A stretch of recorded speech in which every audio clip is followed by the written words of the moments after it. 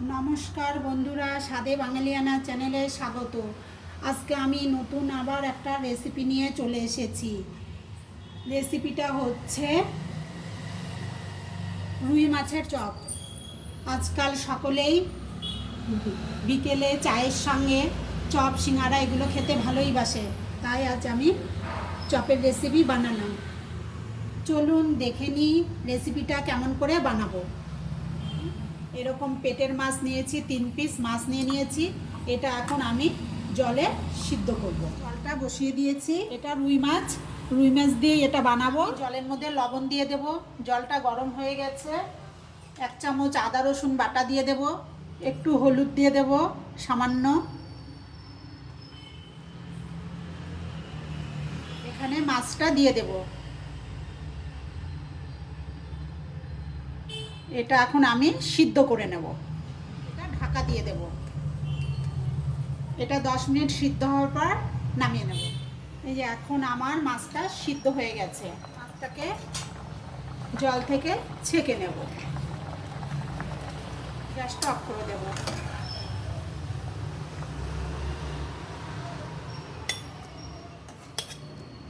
এখন এটা ঠান্ডা হলে কাটা ছড়িয়ে নেব।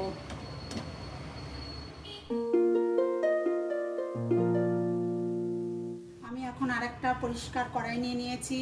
এখন দিয়ে দেব কিছুটা সাদা তেল। তেলটা গরম হয়ে গেছে। এখন এখানে রসুন, আদা আর লঙ্কা কুচি করে নিয়েছি। এখানে আছে 3 চামচ।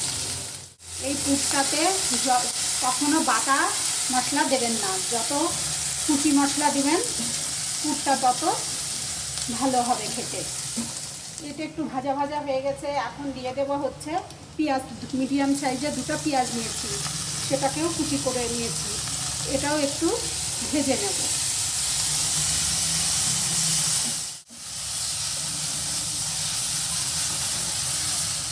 দিয়ে দেবো হচ্ছে স্বাদ অনুযায়ী লবণ। 1 চামচের 4 ভাগের 1 ভাগ ধনে পাউডার, চামচের 4 ভাগের 1 ভাগ জিরে পাউডার, হলুদ, লঙ্কার গুঁড়ো 1 চামচের 4 ভাগের 1 ভাগ গরম মশলা। এখন এটা দিয়েও ভালো করে নেড়ে নেব। এখন আমি মাছটা যে কাটা ছড়িয়ে রাখছিলাম সেটা জল নিংড়ে দিয়ে দেব।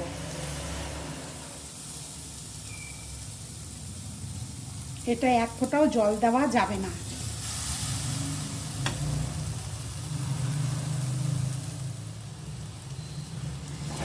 এটাও এখন পুরটার সঙ্গে ভালো করে মশলাটার সঙ্গে নেড়ে নেব।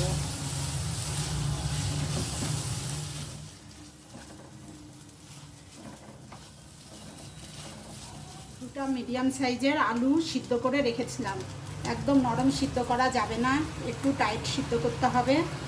সেটা এখন দিয়ে দিলাম।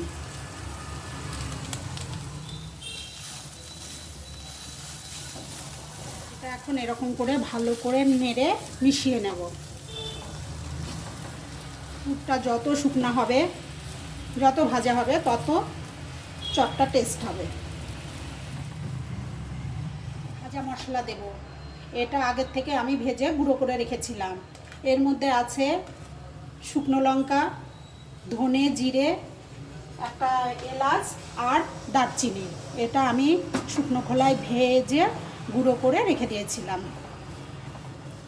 এখন ভালো করে কষিয়ে নেব। এখন এর মধ্যে দিয়ে দিব ধনে পাতা। এখানে 2 চামচ ধনে পাতা আছে। আপনারা ধনে পাতাটা যে যেমন খাবেন দেবেন। এটা দিয়েও মিশিয়ে নেব।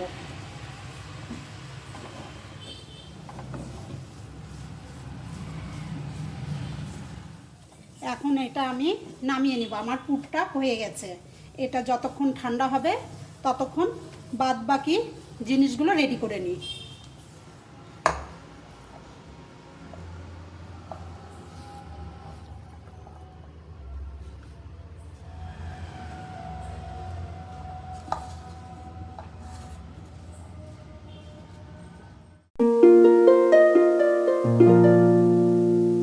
আমার পুরটা ঠান্ডা হতে হতে হতে এখন আমি ব্রেড ক্রাম্বটা বের করে নিই।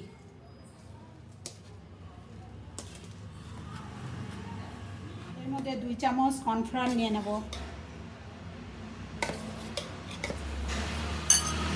কর্নফ্লাওয়ারটার মধ্যে একটু লবণ দেব, একটু গোলমরিচ গুঁড়ো দেব, একটু জলে গুলে নেব। আমি ডিম দেব না, ডিম দিলে পরে প্রচণ্ড তেলে ফেনা হয়ে যায়, ওই জন্য আমি কর্নফ্লাওয়ারে গুলব।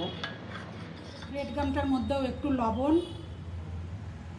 গোলমরিচ গুঁড়ো এটাও দিয়ে একটু মিশিয়ে নেব। এখন এটা আমি চপের শেপ দিয়ে নেব।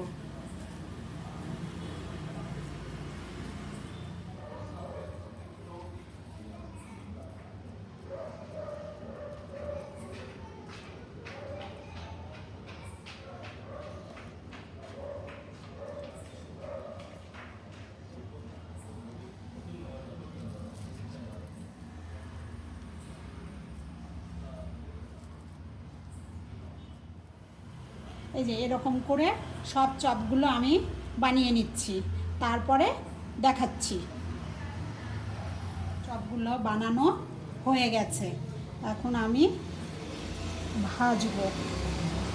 চপগুলো এই কর্নফ্লাওয়ারের ব্যাটারে ডুবিয়ে আমি ব্রেড ক্রাম্বে কোট করব। এইটা একটা কাঁটা চামচের সাহায্যে ব্যাটারে ডোবাবো, এই কারণে ব্যাটারটা যাতে বেশি না ওঠে।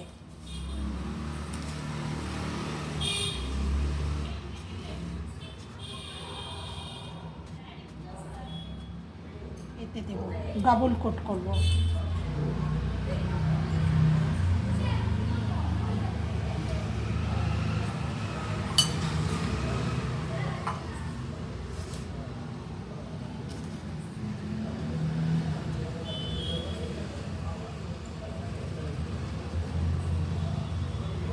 আরেকটা আপনাদেরকে করে দেখাচ্ছি।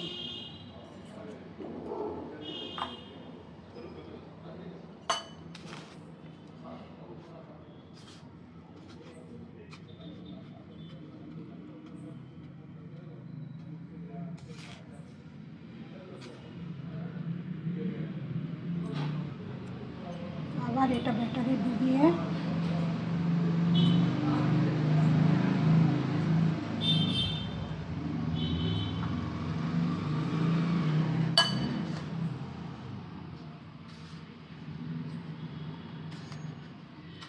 এইভাবে সবগুলো একে একে সবগুলো করে তারপরে আপনাদেরকে দেখাচ্ছি। এই যে সবটা আমার এখন কোট করা হয়ে গেছে, এখন আমি ভেজে দেখাবো। পরিমাণ মতন তেল দিয়ে দেবো ভাজার জন্য।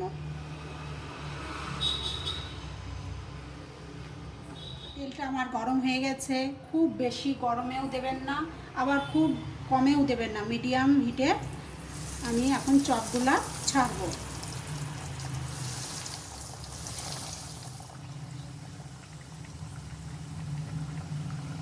এখন এটা এরকম উল্টে দেব,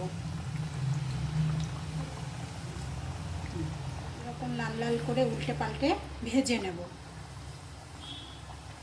খুব লো হিট না, মিডিয়াম হিটে এটা ভাজতে হবে।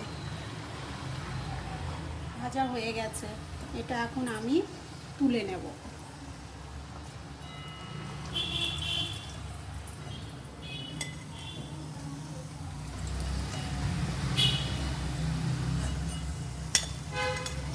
একে একে এরকম করে সবগুলো ভেজে নেব।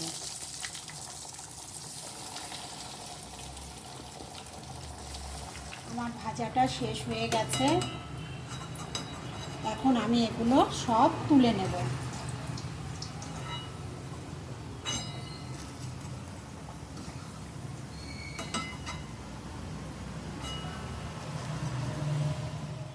দেখুন বন্ধুরা, এটা আমি কাসুন্দি আর টমেটো সস দিয়ে সার্ভ করে দেখালাম। অনেকেই কাসুন্দি দিয়ে খেতে ভালোবাসে, অনেকেই টমেটো সস দিয়ে খেতে ভালোবাসে, ওই জন্য আমি দুটোই দিয়েছি। ভিডিওটি প্রথম থেকে শেষ পর্যন্ত দেখার জন্য অনেক ধন্যবাদ।